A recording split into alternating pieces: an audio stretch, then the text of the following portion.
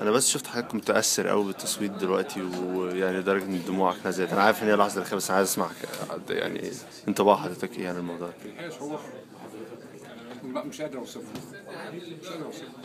انا حاولت املا نفسي فعلا، بس مش قادر.